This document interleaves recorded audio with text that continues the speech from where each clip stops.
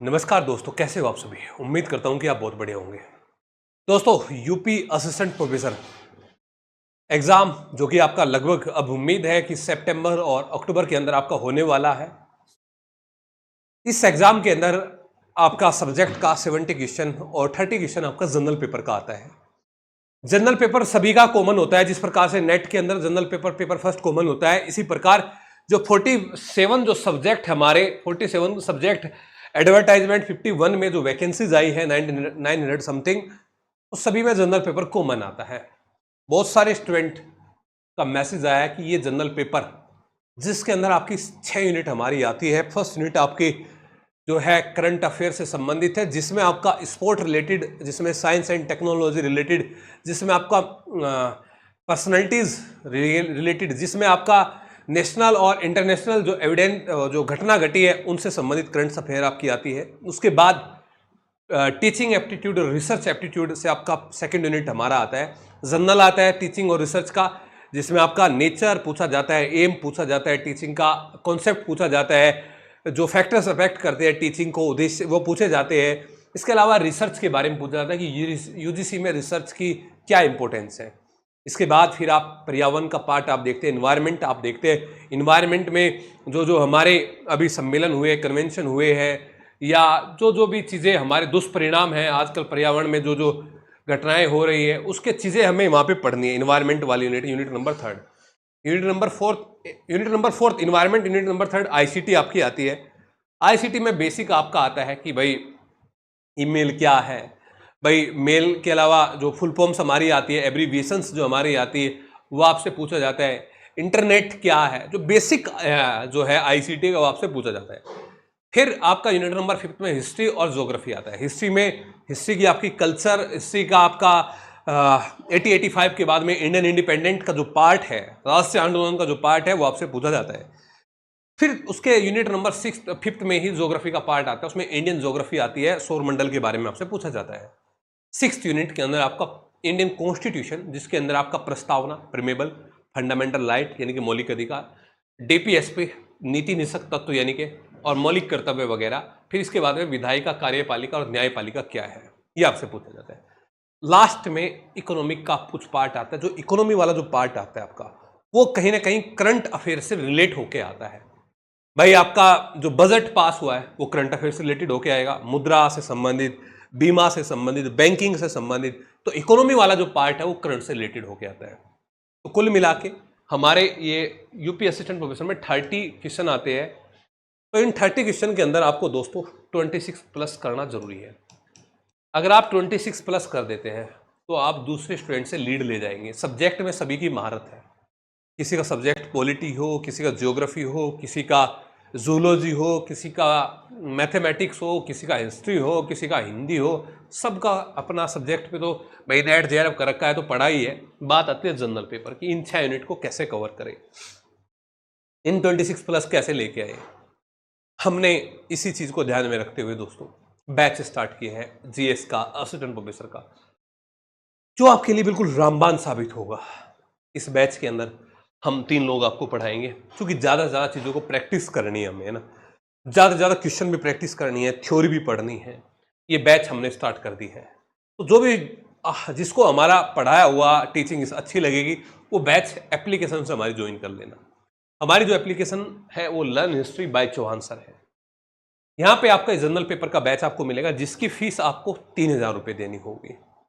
3,000 के अंदर आपकी पूरी थ्योरी होगी, 3,000 के अंदर आपकी पूरी एमसीक्यूज प्रैक्टिस होगी। जितना ज़्यादा से ज़्यादा मैटर आपको अवेलेबल हो सकता है काम का, एक एक चीज़ आपको यहाँ पे मिलेगी इस बैच के अंदर। ये दोनों लोग साथ में जो हमारे साथ है, दोनों फैकल्टी बहुत ही शानदार फैकल्टी है। पॉलिटी के स्पेशलिस्ट है, पॉलिटी पढ़ाते हैं लंबे समय से। पेपर फर्स्ट नेट में लंबे समय से पढ़ाती है आकांक्षा मैम। तो आपको टीचिंग और रिसर्च वाला पार्ट जो है आकांक्षा जी पढ़ाएगी। बहुत ही शानदार अनुभव है। तो मैं आपको कहता हूं कि ये बैच हमारा स्टार्ट हो गया है, अब आप इसको ज्वाइन कर लीजिए अगर आपको लगता है। मैं आपको जीएस के जितने भी पीवाईक्यूज हमारे हैं, 2021 में हमारे 3 दिन हमारे पेपर हुआ था असिस्टेंट प्रोफेसर का, 6 शिफ्टों के अंदर पेपर हुआ था, पर शिफ्ट 30 क्वेश्चन थे, तो टोटल मिला के 180 हो गए। सारे क्वेश्चन एनालिसिस कराऊंगा, 30 करके 6 पार्ट में आपको कवर कराऊंगा।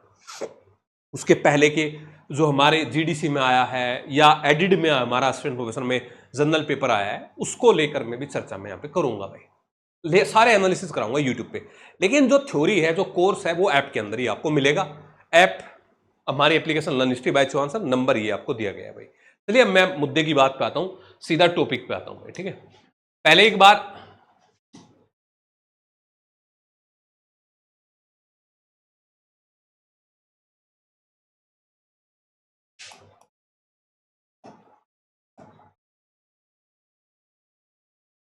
एक सेकंड में,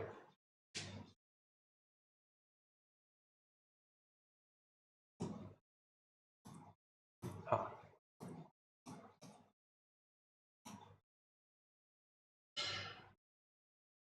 चलिए भाई। सबसे पहले देखो, ये मैंने आपको कहा करंट अफेयर में कौन सी 4 चीज आती है, तो करंट अफेयर में 4 चीज आती है। मैंने बोल दिया आपको, राष्ट्रीय अंतरराष्ट्रीय की महत्वपूर्ण घटनाएं, प्रमुख जो पर्सनैलिटीज हमारी है, स्पोर्ट्स से संबंधित, ये साइंस और टेक्नोलॉजी में क्या चेंजेस आए, ये 4 चीज आती है। जो स्टूडेंट सेल्फ स्टडी करता है, मैं सेल्फ स्टडी वाले स्टूडेंट को कहूँगा कि आपको प्रॉपर कोई एक शानदार सी मैगजीन करनी होगी। और मैं मैगजीन की अगर सलाह दूं आपको, तो ये दृष्टि के नाम से एक मैगजीन आती है, बहुत ही शानदार है। ये आप करोगे तो बहुत कुछ आपको मिल जाएगा इस मैगजीन से भी, है ना। इसके अलावा जो भी आपको लगता है मैगजीन आप जो भी पढ़ते हैं वो आप पढ़ते रहिए, प्रतियोगिता दर्पण पढ़ते हैं, जो भी पढ़ते हैं, लेकिन हमारे साथ पढ़ेंगे तो कोई मैगजीन आपको अलग से करने की जरूरत नहीं होगी। सारी चीज़ें हम आपको यहाँ पे अवेलेबल कराएंगे। टीचिंग रिसर्च में है, बेसिक आता है कि नेचर क्या है टीचिंग के, एम क्या है टीचिंग के, क्या मेथड्स है, क्या इवोल्यूशन है, क्या इम्पैक्ट है जो इसको अफेक्ट करते हैं, या फिर इसके अलावा रिसर्च का क्या मेथडोलॉजी है, रिसर्च के जो डेटा से संबंधित जो चीज़ें आती है वो आती है। भारतीय उच्च शिक्षा में रिसर्च का क्या भूमिका है, यूजीसी इसमें भूमिका क्या है, इसमें गुणवत्ता वो बतानी है। आईसीटी हमारा आता है, आईसीटी के लाभ दुष्परिणाम बताने, इंटरनेट ईमेल के बारे में बताना है, ये मैंने पहले चर्चा कर लिया आप लोगों से। इन्वायरमेंट आया है आपका, इन्वायरमेंट के संबंध में 2-3 बातें आपसे पूछी गई है। 5th में हिस्ट्री की कल्चर, हिस्ट्री का आंदोलन आपसे पूछा जाता है। यहाँ पे सौरमंडल के बारे में हमारा और भारत का जो सामान्य भूगोल है, वो सामान्य भूगोल हमारा आता है, हमारी नदियाँ, हमारे पहाड़, हमारे सड़क, हमारे मतलब परिवहन के बारे में जो भी बेसिक सी बातें आती है। इसके बाद में प्रेमेबल राष्ट्र प्रस्तावना, फंडामेंटल राइट, डीपीएसपी, या फिर कहूँ तो आपको ये विधायिका, कार्यपालिका और न्यायपालिका। उसके बाद में यूपीएससी निर्वाचन आयोग के बारे में, जनसंख्या, गरीबी, बेरोजगारी योजना, विकास, आयकर, ये जो इकोनॉमी वाला जो पार्ट है ये आपका कहीं ना कहीं करंट से टच होके आएगा, वहां से आपसे पूछा जाता है। चलिए अब हम बात करते हैं जो हमारा पेपर आया था इस बार 2021 के अंदर, जो हमारा असिस्टेंट प्रोफेसर का पेपर हुआ, उसमें जो जो क्वेश्चंस बने हैं उन पे चर्चा करते हैं। ज्यादा गहराई में नहीं जाएंगे, गहराई में इसलिए नहीं जाएंगे दोस्तों कि हमें देखना है, यहां से देखना है और विस्तार में हमें पढ़ना है। क्वेश्चंस का हमें आइडिया लेना है, जो क्वेश्चन बन चुके हैं कहीं ना कहीं चीजें उससे मिलती जुलती आएगी। और एक चीज और बताऊं, असिस्टेंट प्रोफेसर का पेपर एग्जाम जो है, चाहे वो जीडीसी का हो, जीआईसी का हो, असिस्टेंट प्रोफेसर का हो, यूपी में, एमपी में हो, राजस्थान में हो, तो जीएस है वो सभी का कवर करना है हमने। पीवाईक्यू जीएस, कई बार हमें पीवाईक्यूज का बहुत बड़ा योगदान हमारे एग्जाम में रहता है दोस्तों। कोर्स के अंदर भी हम सारी चीजें एनरोल करेंगे। The process of successful establishment of the new species in a new area is called, यानी कि किसी नए क्षेत्र में नई प्रजाति का प्रभावी अवस्थापन होना क्या कहलाता है। तो आप कहेंगे कि हम कहते हैं इकेसिस, क्या बोलते हैं, इकेसिस, किसी नए क्षेत्र में नई प्रजाति का अवस्थापन होना, इकेसिस। इन्वायरमेंट का क्वेश्चन हमारा है। नेक्स्ट भाई, कि इसमें से सही सुमेलित बताना है आपने। ये भी है कि कहाँ पे कौन सा अभ्यारण्य है, कि बांदीपुर जो है ये कर्नाटक में पड़ता है क्या, या पाखल जो है ये एमपी में पड़ता है क्या, या सिकारी देवी हिमाचल में पड़ता है क्या, दांची गांव जम्मू में पड़ता है। तो हाँ, दांची गांव जम्मू में पड़ता है, कर्नाटक में बांदीपुर पड़ता है, हाँ सिकारी देवी हिमाचल में पड़ता है, बट पाखल मध्य प्रदेश में नहीं पड़ता, पाखल पड़ता है आपका तेलंगाना में। कहां पे पड़ता है भाई, तेलंगाना के अंदर हमारा पाखल पड़ता है। तो हमारे जो भी अभ्यारण्य है, ऐसे तो असिस्टेंट प्रोफेसर नहीं बना जाएगा ना, थोड़ा डीप तो जाना पड़ेगा ना, थोड़ा गहराई में काम करना पड़ेगा। हवाई नहीं होगी, 1 हफ्ते 10 दिन के अंदर आप जीएस वाले पार्ट में 26+ नहीं ला सकते ना। उसके लिए पहले से आपने प्लानिंग करनी होगी, पहले से आपने काम करना होगा दोस्तों, और पहले से काम करेंगे, याद करेंगे, उसको करके छोड़ दो, एग्जाम के टाइम पे रिवीजन करना, बस इतना आप करोगे तो निश्चित तौर पे फायदा मिलेगा आपको। नेक्स्ट, कि at present most of the generation of electricity is has mainly the use of, यानी कि सबसे ज्यादा हमारा जो विद्युत का उत्पादन होता है वो किस निम्नलिखित में से किसके उपयोग पर आधारित है। चार ऑप्शन है हमारे, garbage burning, fossil fuels burning, या सोलर एनर्जी, वाइंड एनर्जी। तो आप कहेंगे जीवाश्म ईंधन का जलाने, यानी कि फॉसिल फ्यूल्स जो बर्निंग है, फॉसिल फ्यूल्स के बर्निंग पर सबसे ज्यादा विद्युत के उत्पादन से संबंधित हमें जानकारी यहाँ पे मिलती है भाई, सबसे ज्यादा चीजें यहीं पे मिलती है। ओके, चलिए नेक्स्ट, इन्वायरमेंट ही है क्वेश्चन। इटाई, इटाई नामक एक बीमारी है, ये किस रसायन से फैलती है? इटाई, इटाई नामक बीमारी किस रसायन से फैलती है? मरकरी, कैडमियम, जिंक और सेलेनियम। बेसिक क्वेश्चन है, लुसेंट की इसमें मिल जाएगा आपका। ये हमारा किस में फैलता है? कैडमियम, कैडमियम, कैडमियम आपको पता होना चाहिए, कैडमियम। नेक्स्ट, कि देखो ये हमारे अब हिस्ट्री के क्वेश्चन आगे कि हिस्ट्री में लीलावती एक रचना है भास्कराचार्य की, इसका फारसी में अनुवाद किसने किया था? देखो अकबर के समय में आप सभी को पता है अनुवाद विभाग स्थापित हुआ था। अनुवाद विभाग जो अकबर के समय में स्थापित हुआ तो उन्होंने सबको जिम्मेदारी दे दी। बंदायनी को भी कहा कि तुम भी अनुवाद करो, किसी को महाभारत का अनुवाद करना था, किसी को रामायण का करना था, किसी को अथर्ववेद का करना था, किसी को जो है लीलावती का करना था, किसी को, सबको अलग अलग करना था। तो अबुल फजल फैजी दोनों भाई भाई है। याह्या बिन अहमद सरिंदी का संबंध तो अकबर के समय में है नहीं, फैजी को यह जिम्मेदारी दी गई। फैजी अबुल फजल के बड़े भाई थे, जिसको लीलावती का फारसी में अनुवाद करना पड़ा, तो इसको तो हवावाई नहीं कर सकते। ठीक है, जो मेन चीजें हैं वो पढ़नी है आपको। नेक्स्ट, नेक्स्ट है अनहैप्पी इंडिया के लेखक कौन है? अनहैप्पी इंडिया के लेखक बता दो भाई। वे लाल बाल पाल हमारे जो भारतीय इतिहास में हुए हैं, जो पंजाब में शिक्षा के क्षेत्र में एक अलग जगह है, पंजाब क्या पूरे भारत में मैं कहूँ, या राष्ट्रीय आंदोलन में जिनकी बहुत ही महत्वपूर्ण भागीदारी मिलती है, उस लाल की हम बात कर रहे हैं। वो लाल है लाला लाजपत राय, जो कि अनहैप्पी इंडिया के हमारे लेखक हैं। नेक्स्ट, कि ये भी हिस्ट्री के क्वेश्चन है, लगातार हमें क्रोनोलॉजी में लिखना है। वेद पहले आए, आरण्यक पहले आए, ब्राह्मण पहले आए, उपनिषद पहले आए, वेदांग पहले आए। आप सभी को पता, देखो 1500 BC ये वो टाइम पीरियड है जब हम ऋग्वेद की शुरुआत हम मानते हैं। मेनली हम यही मानते हैं, मैक्स मुलर का मत है कि मानते हैं ऋग्वेद। तो सबसे पहले ऋग्वेद आया, उसके बाद में बाद के तीनों वेद आए, यजुर्वेद, अथर्ववेद, सामवेद, है ना। बाद के वेद बाद में आए, ये 1500 BC में सबसे पहले ऋग्वेद आया। तो सबसे पहले तो एक, इसके बाद में ब्राह्मण ग्रंथ आए, जैसे कि सबका ब्राह्मण होता है। ऋग्वेद के ब्राह्मण है ऐत्रेय, ऋग्वेद के ब्राह्मण है कोशितकी, अथर्ववेद के ब्राह्मण है गोपथ, सभी का ब्राह्मण है तो ब्राह्मण है। उसके बाद में आरण्यक आए। आरण्यक मतलब कि जो जंगलों में लिखे गए हैं, है ना। सबसे लास्ट में आया उपनिषद। उपनिषद, उप मतलब समीप, निषद मतलब कि पास में बैठ के, जो गुरु के पास में बैठ के लिखा गया उसको बोला गया उपनिषद। उपनिषद, और ये उपनिषद को आप वेदांत भी बोलते हैं, यानी कि जो वेदों के अंत में लिखा गया उसको वेदांत, यानी कि चौथे नंबर पे। और सबसे लास्ट में आपका है वेदांग। ये वेदांग क्या है? वेदांग होता है, आपने पढ़ा होगा कि वेदांग की संख्या है 6। कौन कौन से? सबसे फर्स्ट शिक्षा, सेकंड कल्प, व्याकरण, निरुक्त, छंद, ज्योतिष। शिक्षा, कल्प, व्याकरण, निरुक्त, छंद, ज्योतिष। तो ये इसकी सही क्रॉनोलॉजी है, 1 3 2 4 5, 1 3 2 4 5, ये इसकी सही क्रॉनोलॉजी है। नेक्स्ट, ये एक रचना है ज्योग्राफिया, ये किसने लिखी थी भाई? हमारे ये कुछ फॉरेन जो हमारे यात्री आए हैं, हमारे ट्रेवलर्स आए हैं, तो ये ज्योग्राफिया रचना लिखी थी टोलमी ने। टोलमी ने, विस्तार में नहीं जाएंगे भाई, बस आपको दिखा रहा हूं कि क्वेश्चन कैसे आते हैं। क्रांतिकारी जो सिल्क पेपर षड्यंत्र से जुड़ा हुआ है, सिल्क पेपर षड्यंत्र, बात करते सूर्यसेन की। सूर्यसेन तो मास्टर दा थे, जो कि चटगांव षड्यंत्र केस से जुड़े हुए। बात करते सावरकर की। सावरकर जो है हमारा महाराष्ट्र के अंदर क्रांतिकारी गतिविधियों से जुड़े हुए थे, बाद में लंदन चले गए इंडिया हाउस में, वहाँ पे श्यामजी कृष्ण वर्मा के साथ में मिलकर काम किया। महेंद्र प्रताप एक कम्युनिस्ट शुरुआती में थे अलीगढ़ में, अभी सरकार ने इनके नाम पे विश्वविद्यालय स्थापित किया। उबैदुल्ला सिंधी, बात आती है उबैदुल्ला सिंधी की। तो जो उबैदुल्ला सिंधी है ना, ये है सिल्क पेपर जो षड्यंत्र से जुड़े हुए व्यक्ति, सिल्क पेपर षड्यंत्र से। लेकिन एग्जाम में हटा दिया था इसको, क्योंकि सिद्दीकी दिया है, सिद्दीकी दिया था, और सही आंसर क्या है? उबैदुल्ला सिद्दी इसका सही आंसर है, जो कि सिल्क पेपर षड्यंत्र से जुड़ा हुआ है। नेक्स्ट भाई, कि सरकारी आयोग का एक सदस्य था। सरकारी आयोग जो केंद्र राज्य संबंध से संबंधित जो आयोग है, केंद्र राज्यों के बीच में जो संबंध स्थापित करता है, उसको सरकारी आयोग बोलते हैं हम, सरकारी आयोग। इसमें सुरेंद्रनाथ सेन जो इसके सदस्य, सुरेंद्रनाथ सेन इसके सदस्य। पूरी डिटेल में जाएंगे तो उसमें पढ़ लेंगे, है ना।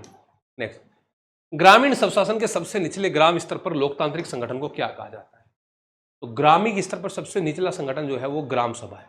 वो कौन सा है भाई?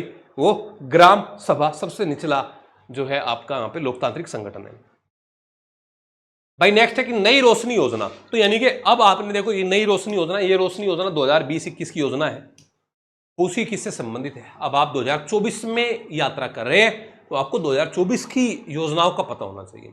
तो 2024 की जो योजना है वो आपको पता होना चाहिए। तो ये उस समय जो अल्पसंख्यक महिलाएं हैं उनको सशक्त करने के लिए ये नई रोशनी योजना लागू की गई थी। एक बात थोड़ा ध्यान रखना, योजनाओं को केंद्र की भी करना है, योजनाओं राज्य की भी करना है, और योजनाएं अदर स्टेट की भी करना है। अदर स्टेट की योजनाएं भी आई थी, वो अगले एग्जाम्स में कुछ आएंगे, PYQ में मैं आपको दिखाऊंगा। तो चीजें हमें कहीं भी कोई कमी नहीं छोड़नी है, अपने स्तर पे कोई कमी नहीं रहनी चाहिए। भारत को दुनिया का स्वर्ग किसने कहा है? देखो ये हमेशा विलाप कौन करते थे? विलाप करते थे रोमन लोग। पिलनी एक नाम सुना होगा आपने, पिलनी कहता है यार देखो भारत एक ऐसा अंधा कुआं है, उसमें तो आप कितना ही उकेड़ दो जाके ना, हम वहां से भोग की वस्तुएं लेके आते हैं, भोग विलास की, मसाले लेके आते, मिर्च लेके आते, बदले में सोना देते, और वहां से वापस कुछ आता ही नहीं। तो भारत को क्या कहते हैं? स्वर्ग का गर्त कहते हैं, दुनिया का स्वर्ग कहते हैं, तो रोमन लोग कहते हैं। अभी जो आजकल हम बैंक देखते हैं, स्टेट बैंक ऑफ इंडिया, इसको पहले किस नाम से जाना जाता था? Imperial bank of India. यानी कि पूछा है इंपीरियल बैंक ऑफ इंडिया को पहले किस नाम से जाना जाता था? तो भारतीय स्टेट बैंक के नाम। ये नेम चेंज कब हुआ? तो 1956 में नेम चेंज हुआ। ये नेम चेंज कब हुआ भाई आपका? 1956 में हुआ नेम चेंज। इसके बाद में हमारा आता है कि ये चूंकि 2022 में है तो 2022, तो यानी कि कहूं तो मैं आपको करंट में अवार्ड से संबंधित क्वेश्चन आपको आ सकता है। अवार्ड, चाहे वो भारत रत्न आए, भारत विभूषण आए, भारत भूषण आए, या कोई भी अवार्ड आपका आ जाए सम्मान से संबंधित। तो यहाँ पे कितने राष्ट्रपतियों को भारत रत्न दिया गया था? 6 राष्ट्रपतियों को दिया गया था। उनमें हमारा APJ अब्दुल कलाम भी आ गया, उनमें हमारे प्रणव दा भी आ गए, 2019-20 में मिला। उनमें हमारा जो है VV गिरी साहब भी आ गए, उनमें हमारे सर्वपल्ली राधाकृष्णन जी भी आ गए, राजेंद्र प्रसाद जी भी आ गए, कई हमारे जो नेम हमारे महत्वपूर्ण वो आते हैं राष्ट्रपति। 6। नेक्स्ट आज़ादी का अमृत महोत्सव चला था हमारा, करंट अफेयर से संबंधित है। ये कब से कब तक? महत्वपूर्ण घटना है 12 मार्च 2021 से 15 अगस्त 2023 तक। 12 मार्च 2021 से 15 मार्च 2023 तक क्या चला? आज़ादी का अमृत महोत्सव चला था। नेक्स्ट ये बजट है, ये बजट 2021-22 का है। अब मैं कहूंगा रट लो इसको, हमें तो चूंकि 23-24 का याद रखना है। 2021-22 में स्वास्थ्य और आरोग्य के लिए पिछले वर्ष की तुलना में कितने प्रतिशत की वृद्धि हुई? तो आप कहेंगे 137%। 137%। नेक्स्ट कि विद विच गेम ये आपसे सीधा पूछा गया, लियोन मेंडो का किस खेल से संबंधित है? लियोन मेंडो का, तो किसी भी खिलाड़ी का नाम आपसे पूछा जा सकता है, और आपसे पूछा जा सकता है कि उस खिलाड़ी का संबंध किस खेल से है। तो लियोन मेंडिका का संबंध है शतरंज से। किससे है लियोन मेंडिका का संबंध? तो आप कहेंगे शतरंज से संबंध है। निम्नलिखित में से उत्तर प्रदेश के किस जिले में जनवरी 2021 में स्ट्रॉबेरी महोत्सव मनाया गया? तो ये यूपी विशेष के संबंध में आया था कि यूपी विशेष में भी आपको करंट अफेयर में स्ट्रॉबेरी महोत्सव कहाँ पे मनाया गया? तो आप कहेंगे उत्तर प्रदेश के झांसी जो जनपद है वहाँ पे हमने ये महोत्सव मनाया था। नेक्स्ट कि कौन सा टीचिंग जो है हमारा टीचिंग का लेवल नहीं है, शिक्षण का स्तर नहीं है। तो हम 3 तरीके से पढ़ते हैं, एक तो तुक्का मारते हैं, रट्टा मारते हैं, उसको मेमोरी लेवल बोलते हैं। एक है कि हम थोड़ा समझ के पढ़ते हैं, थोड़ा तुक्का मारते हैं, थोड़ा समझते हैं, उसको अंडरस्टैंडिंग लेवल कहते हैं। एक कहते हैं कि समझते हैं, चिंतन करते हैं, उसको विमर्श स्तर या रिफ्लेक्टिव लेवल कहते हैं। लिसनिंग लेवल जैसा कोई लेवल टीचिंग में नहीं है। तो इसका सही आंसर क्या है? बी। ये कह रहा है कि कोज एंड इफेक्ट रिलेशनशिप जो है किस एक्सपेरिमेंट में आती है रिसर्च के? तो आप कहेंगे कोज एंड रिलेशनशिप जो मेथड आता है एक्सपेरिमेंटल मेथड में आता है। ये हमारा कौन से मेथड में आता है? एक्सपेरिमेंटल मेथड में आता है, कोज एंड इफेक्ट वाला मेथड। नेक्स्ट ये कह रहे हैं कि यहाँ पे हाइपोथेसिस की क्या कैरेक्टरिस्टिक होनी चाहिए? भाई हाइपोथेसिस क्या होता है? हाइपोथेसिस परिकल्पना। आप कहते हैं कि कॉन्सेप्ट की क्लियरिटी होनी चाहिए और एक्सप्लेनेशन की टेस्टेबिलिटी होनी चाहिए। कॉन्सेप्ट क्लियरिटी और एक्सप्लेनेशन की टेस्टेबिलिटी दोनों होनी चाहिए आपकी, दोनों आपकी होनी चाहिए। नेक्स्ट ये कह रहा है कि उत्तर प्रदेश में सबसे पहली बार ट्रांसजेंडर विश्वविद्यालय कहाँ स्थापित किया गया? तो उत्तर प्रदेश में वो जगह है कुशीनगर। जहां पे सबसे पहले ट्रांसजेंडर विश्वविद्यालय स्थापित किया गया। तो अब करंट पढ़ेंगे नहीं तो नई नई चीजें निकल के आएगी, ये पुरानी है तो ये तो मैं PYQ है तो इसलिए मैं बता रहा हूं आप लोगों को। नेक्स्ट है कि कौन सा सही सुमेलित नहीं है। यूजीसी 1957 में 6 सही है। All India council for technical education यानी कि अखिल भारतीय तकनीकी शिक्षा परिषद 1960, अखिल भारतीय तकनीकी शिक्षा परिषद 1960 में नहीं, ये 1945 में स्थापित हुई थी, 1945 में स्थापित हुई थी, बाकी ये सही है। वैज्ञानिक औद्योगिक अनुसंधान परिषद ये आपका सही है भाई, और लास्ट भी सही है, भारतीय सामाजिक विज्ञान अनुसंधान परिषद 1969। नेक्स्ट, कौन सी ईमेल सेवा नहीं है? मेल तो जीमेल तो हम करते ही है, तो मेल ही है। आउटलुक मेल है, याहू मेल है। नेटस्केप क्या है? ये वेब ब्राउजर है। नेटस्केप क्या है? ये वेब ब्राउजर है। तो आईसीटी में बेसिक ही आता है भाई, है ना, कि सारे वेब ब्राउजर्स पता करने हैं, सारे जो है इनपुट आउटपुट पता करने हैं, सारे हमारे मेल की पता करने हैं, सिस्टम सॉफ्टवेयर कौन से है, एप्लीकेशन सॉफ्टवेयर कौन से है, ये बेसिक पता करने हैं। What do you mean by JPEG? तो जेपीईजी होता है joint photographic expert group, joint photographic expert group, यानी कि ग्राफिक्स से संबंधित है, फोटो खींचा जाता है उसमें आता है JPEG. JPEG binary number system में कितने ग्राफिक प्रयोग में किए जाते हैं? बाइनरी आप देखोगे 2 ही नंबर आते हैं बाइनरी में, कंप्यूटर 2 ही भाषा, 0 1 यानी कि 2। बाइनरी नंबर सिस्टम में कितने नंबरों का प्रयोग किया जाता है? 2 नंबरों का प्रयोग किया जाता है। नेक्स्ट, 1 पेटाबाइट निम्नलिखित में से किसके लगभग बराबर होता है? 1 पेटाबाइट, देखो हम कहते हैं कि सबसे पहले हम केबी हम पढ़ते हैं भाई कि हमारा जो कहीं स्लो नेट होता है तो केबी में चलता है, फिर हम एमबी में देखते हैं इतने एमबी पर सेकंड चल रहा है, फिर हम देखते हैं एमबी के बाद हम जीबी देखते हैं, जीबी के बाद हम टीबी पीबी ये चलता है। तो 1 पेटाबाइट 1024 टीबी के अंदर चलता है। इसकी पूरी सीक्वेंस बता दूंगा मैं आपको। नेक्स्ट, इंटरनेट में निम्नलिखित में से कौन सा सर्च इंजन नहीं है? देखो बिंग, याहू, गूगल ये सर्च इंजन है, विंडोज जो है ये सर्च इंजन नहीं है, ये system software, Windows system software है। लास्ट, एपिडेमियोलॉजी शब्द किससे संबंधित है? ये लॉजी वाले भी बहुत आते हैं एग्जाम में कि कौन सी लॉजी का संबंध किससे है। तो इसका संबंध है आपका स्टडी ऑफ पब्लिक हेल्थ यानी कि सार्वजनिक स्वास्थ्य के अध्ययन से, सार्वजनिक स्वास्थ्य के अध्ययन से। तो ये 30 क्वेश्चन आए थे। अब आप देख लो, आप अपना आकलन कर लो भाई, 30 में से आप कहाँ स्टैंड कर रहे हो, 30 में से आपके कितने बन रहे हैं, अपना स्टैंड देख लो। तो दोस्तों हमने बैच स्टार्ट किया है, तो इस बैच के अंदर आप जल्दी से एनरोल कीजिए। मैं PYQs आपको यूट्यूब के अंदर कराता रहूँगा। कोई भी आपकी समस्या हो तो दिए गए नंबर पर आप कॉल कर लीजिएगा। धन्यवाद।